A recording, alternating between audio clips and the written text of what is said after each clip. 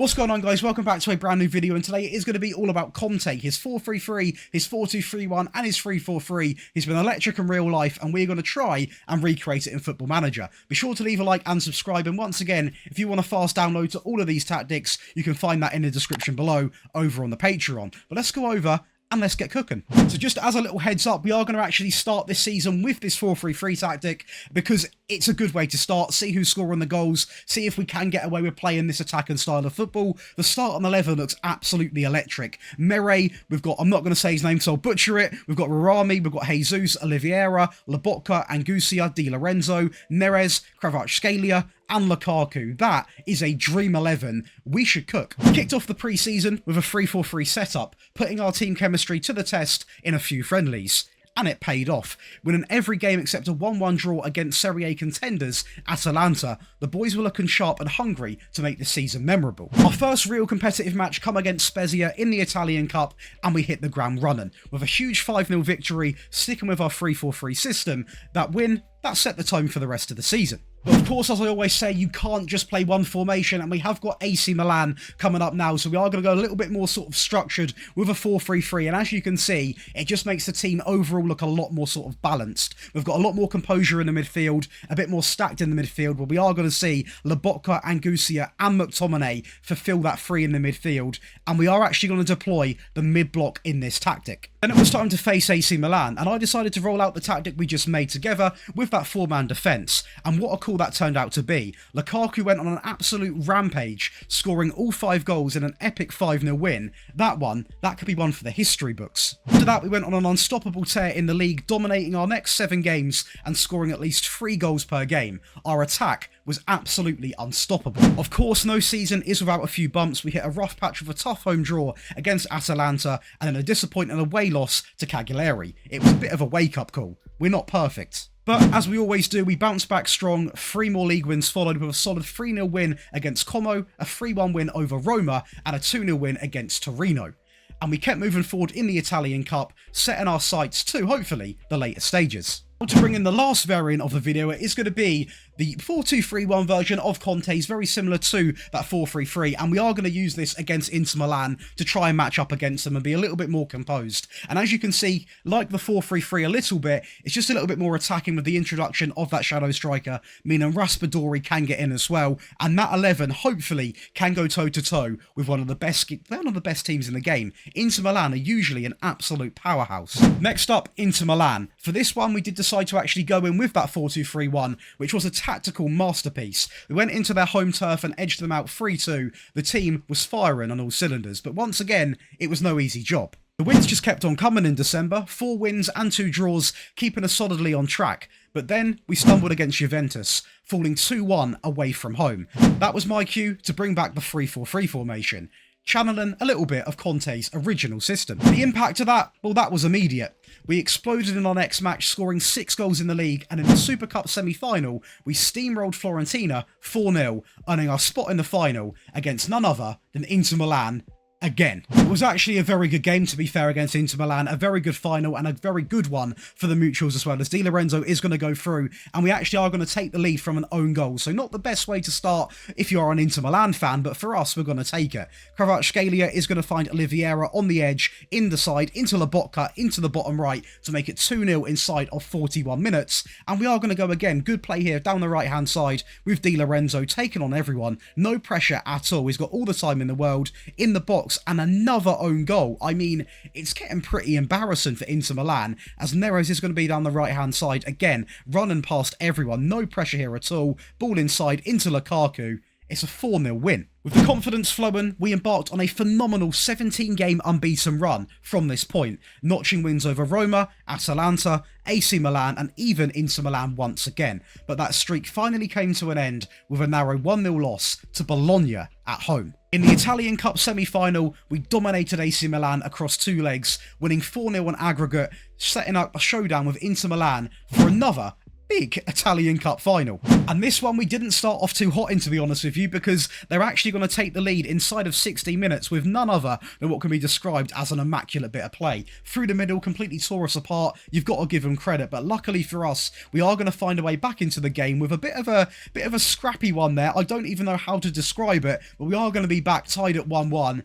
And unfortunately for them, in extra time, a set-piece speciality of mine, Lukaku. We've won it again. 2 trophies secured and the league title already wrapped up. We kept the 3-back formation for the last 2 games and ended up winning 2-1 against Lazio and 3-2 over Juventus. Meaning that is going to be a treble winning season with Napoli, obviously over in Italy, where we took over, to be honest with you. We've done such a good job. And also the data hub I am going to show you as well. It's going to be 2.68 goals per game, 0.71 conceded as well. A very good set of results and overall just a great time. I mean, a very fun team to play with, but of course I do know I've got a big part of my audience that play as smaller teams and some that play as better teams, so I'm now going to quickly show you the results we got with a powerhouse and also an underdog team. We'll go over it quite quickly because obviously done quite a big breakdown of Napoli. Let me know what you thought about that in the comments, by the way. With Palace, we are going to go out and win the Carabao Cup, which is quite lucky, over Arsenal 3-0, and a second place finish behind Man City. I will be honest, we weren't really that close against them in terms of competing, but we weren't really meant to be. We're Crystal Palace,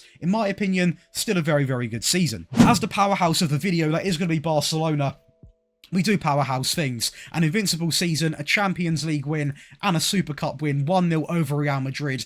Absolutely stormed the entire lot. The data hub, I imagine, is going to be a little bit better at 2.97 goals per game, 0.42 conceded. But once again, it's an invincible season, a treble winning season. That's the difference from when you go from a sort of top 4 team in Napoli to a powerhouse. It changes quite a bit. Of course, now over to the tactics. If you are enjoying so far, be sure to leave a like and subscribe. And once again, if you want to get access to all of these wonderful perks, you get all of these downloads in one simple file. You get all of my rebuilds. You get everything that you see on there. Go over and check out the Patreon below, where you can be a part of a team of 5,000 people. But we are going to go through the tactics today in a bit more of a direct style, where we're just going to give you all the tactics now and simple. So we're going to start off with the 3-4-3. I will say, make sure you are getting all 3 tactics, because as you saw in the start, we do use every single variant. We don't have them for fun. We do use every single variant. So the goalkeeper in the 3-4-3 is simply a goalkeeper on defend. The central defender on the right and on the left are both going to be on defend, simply on the default.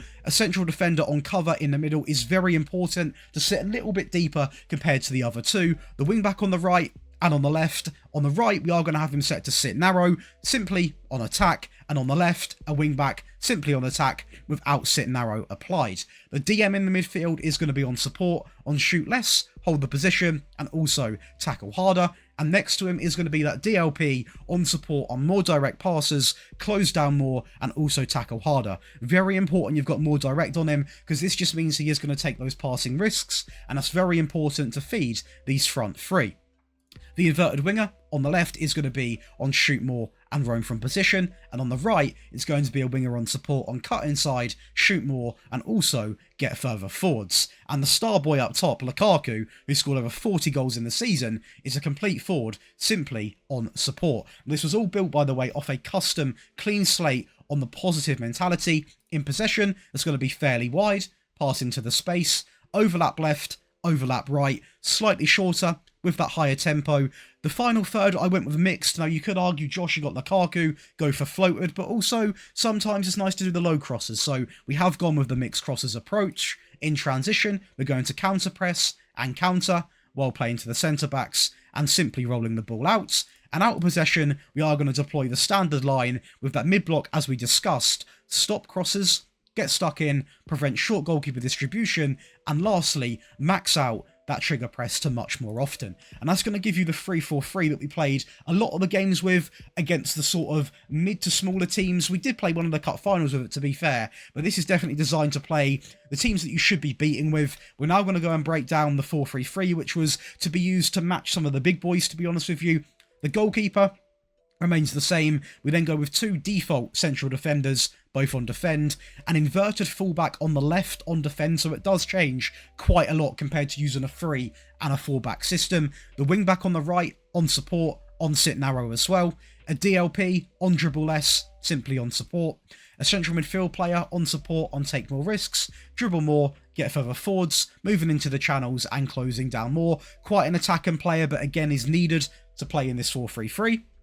If you wanted to, you could also use a Mazzala or an advanced playmaker, but for realism, I've gone with a CM. Next to him is going to be a box-to-box on support, on dribble more, get further forwards, close down, and also tackle harder. The winger on the right is set to support on cut inside, shoot more, and get further forwards. And on the left, again, the Kvaratskhelia, shoot more often and roam as an inverted winger on attack. Lukaku, he ain't going to change at all. A complete forward on support. Now this is also going to share the exact same clean slate on the positive mentality, no change at all, and in possession it's going to look a little bit like this. Fairly wide, just to obviously give us a little bit of width in the team, pass into the space, mixed crosses, a slightly higher tempo, a shorter passing directness, be more expressive, and that is going to be your in possession. In transition, counter press and counter.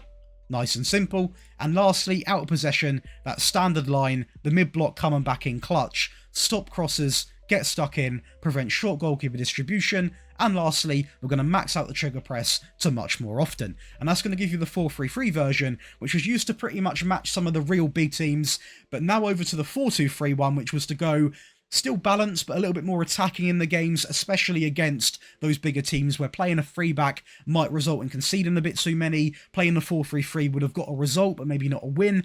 This is probably the most attacking one that's in the 4-back category. So the goalkeeper does remain the same, as does the entire back line. Literally everyone across the back line is the same as that 4-3-3, so I'm not going to say it twice. The DLP comes in on support, on dribble less and tackle harder.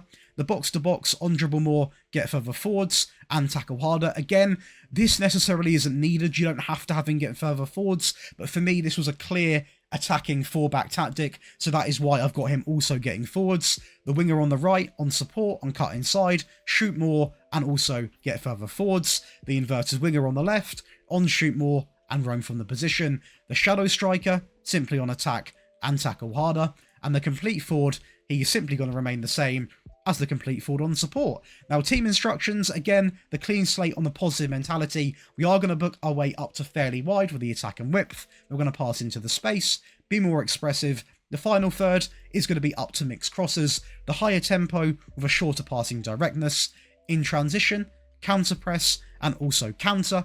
And lastly, the most attacking, higher defensive line, the mid-block line of engagement, stop the crosses, get stuck in, prevent short goalkeeper distribution, and lastly, a maxed out trigger press to much more often. And that's going to give you, boys and girls, not one, not two, but three versions of Conte's Napoli, a 3-4-3, a 4-3-3, and a 4-2-3-1, all put in a new concept of video. Let me know what you think. I'm trying to make the videos, let's just say, a bit more betterly, a little bit better edited, a little bit more entertaining. So hopefully you have enjoyed. Be sure to leave a like and subscribe, and I'll see you in the next one.